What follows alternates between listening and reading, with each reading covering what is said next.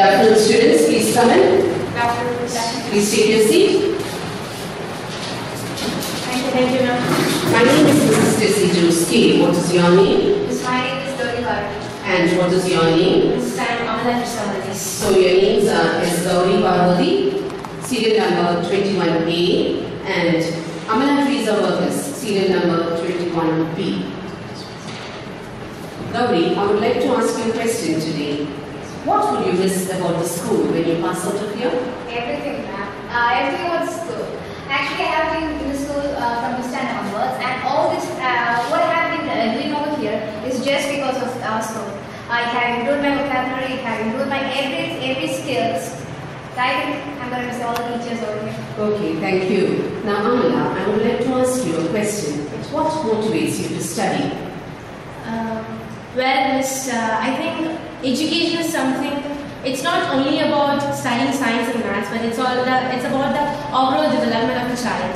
I think what the teachers do here are they mold our bad mind and make it rich and cultivatable, so that we'll be able to display something, some moral values, not only simply some science and maths, but also moral values, so that we can be a human being, and that desire to do well, do something for mankind promotes me to study. Okay, thank you. Now let's move on to the first task. Gauri, you are going to tell us about your topic. When you have finished, I will ask you a question, and then I will have a question to ask you. Would you like to begin, please? Tourism. Actually, nowadays in our India, tourism is the most flourishing industry. It is a precondition for the eradication of unemployment, because more than 15 million people are directly engaged in this industry. And it also promotes our cultural pursuit. What I say is, our India is known for handicrafts, artifacts, textiles and spices in the international market. And the tourism is a very big weapon to project and improve and promote this. I think in all over the world, people are using tourism as a weapon to see the exterior and the interior beauty of a nation. Thinking about this advantages of the tourism, it helps in the overall development of our country. The GDP mainly, it contributes up to 10% to the GDP. Then more about that is, this also helps the local artisans, and it also helps in overall the economic strategy of the country will be increased by, and it also brings much needed foreign exchange. So I think tourism is really nice, but there are also disadvantages for the tourism. Thinking about disadvantages, I should say environmental hazard is the most thing that is facing tourism. For instance, if we are taking our bottom country, Kerala, is known for its backwater beauty. And in the backwater, houseboats mainly. And in the houseboats, human waste plus the kitchen waste are discharged into the water without treating. So this may lead to this damages the biological diversity. And again, one more is that the disposing of empty cans, food wrappers in the herbages and the hills may also disturb, because the wildlife over there consume this, and this may lead to their endangerment. This may make that species extinct itself. So I think we should create some more awareness among the people about tourism should not just be their sport of fun. We have to be, they have to understand the culture and the tradition of the country before stepping into that. So I think. Thank you, Gauri. That was wonderful on your part. Now, Amala, would you like to ask Gauri a question, please? Yes, ma'am. She said that India is having great potential, but let me ask you, Gauri, what are the obstacles that we are facing? India is an ancient country. It has lots of archaeological ages, but this is not helping them to enjoy this the world of tourism. Can I say an example? Yes, Thailand, the country which limited resources, its limited resources, more or less than what our India is capable of, is the best country in the tourism industry. Why is it so? It's just because of the people over there contributing their own self for the country. But in our India, mainly that which hampers the tourism development is the politics. The sudden change in the politics mean they may be accusing the others of the technique. People are just fighting complaints about this, and more about that. And mainly the tourists, our India is known for helping mentality. In every Indian soul there is a helping mentality.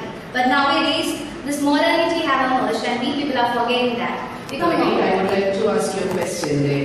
What is your opinion about Atithi Devo Bhava? Okay, Atithi Devo Bhava is really a good, what should I say, it's a very good idea promoting the India's tourism. As I have said earlier, India is Indian soul. Each Indian soul is having a helping mentality to help the people over there, to show them their heritages. But right now, what I should say is it's crumbling heritages. Okay, thank you. Thank you very much, Gauri. Now, Amala, you are going to tell us about your topic. When you have finished, Gauri will ask you a question, and then I will have some questions to ask you. Would you like to begin, please? Yes, ma'am. The topic that I've selected is environmental degradation. The very reason why I selected this is because this topic is very relevant in our present day, when the streets are completely dumped or completely filled with garbages, and the air and even the river water is choking us to death.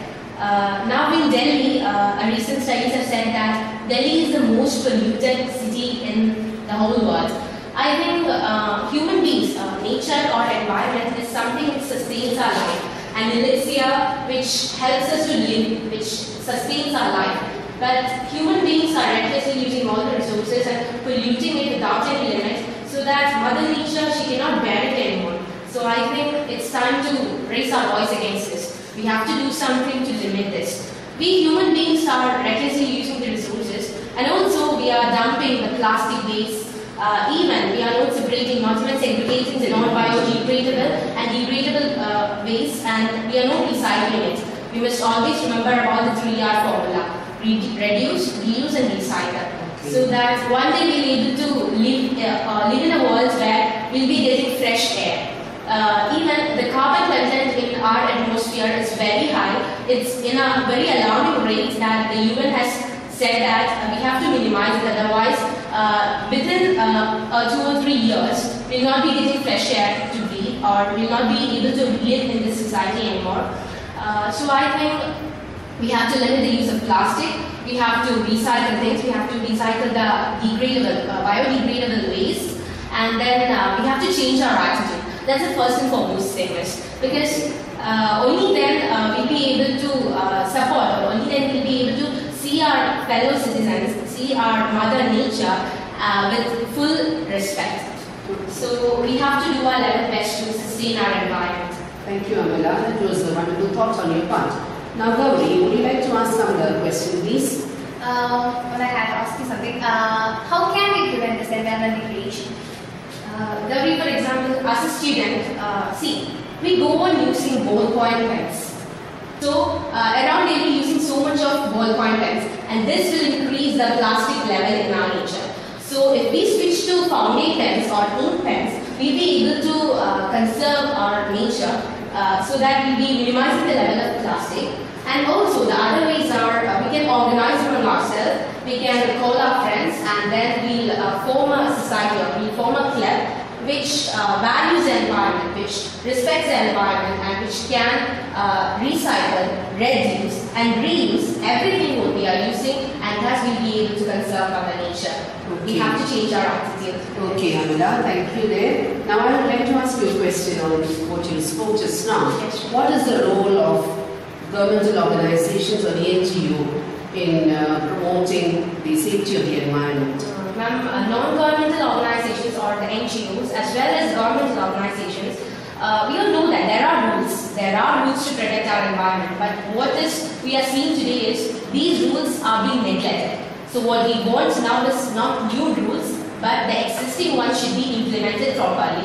Only then we'll be able to conserve nature. Okay, thank you very much.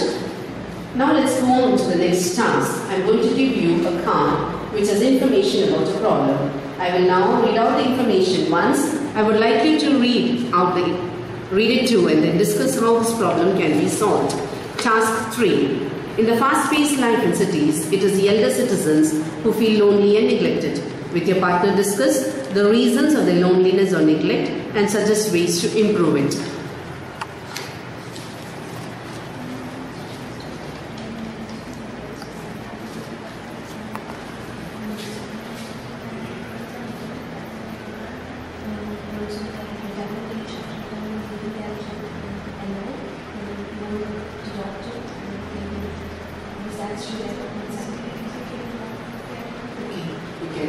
discussion aloud.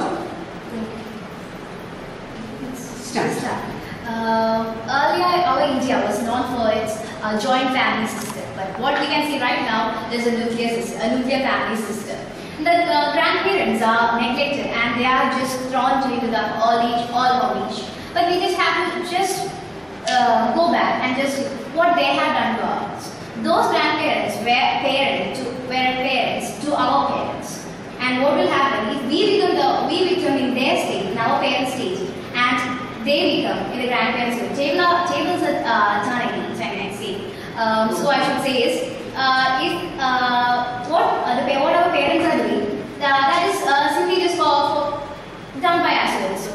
So if they are neglecting their parents, then what will we do? We will just neglect them also. So they have to understand the consequence of what they are doing at present. What do you feel about that? All these elder people are only source of someone who gives us values. Our parents may be busy, so grandparents who are at home, they'll be the ones who give us values. So I think today's busy life, and like what Gauri said, nuclear families are adding to their risks. Their mental as well as mental and physical health are being affected by this. Grandparents, we keep on neglecting them just because we say silly reasons like we have to go and play, we have loads to study. But I think we have to keep it aside. We have to keep them some What are your ways, or what can you suggest to improve their situation? We can organize with ourselves, the students itself, and just go to each parent, each grandparent, and just make them try to remember their past, their feelings, their emotions.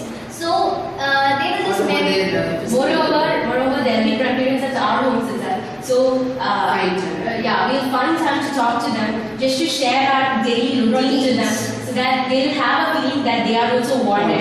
They will also have a feeling of belonging. Yes, feeling of being because wanted. loneliness is a very bad emotion and feeling. So the grandparents, when they are feeling loneliness, they will be thrown into a mental agony. So that is totally to prevent them from that. We'll have to organize them ourselves. We'll talk to them. We'll find time to So you both agree on that, children? Yes. Okay. Thank you. Then we'll stop the test here. That's the end of the test. Thank you and goodbye. Thank you, ma'am.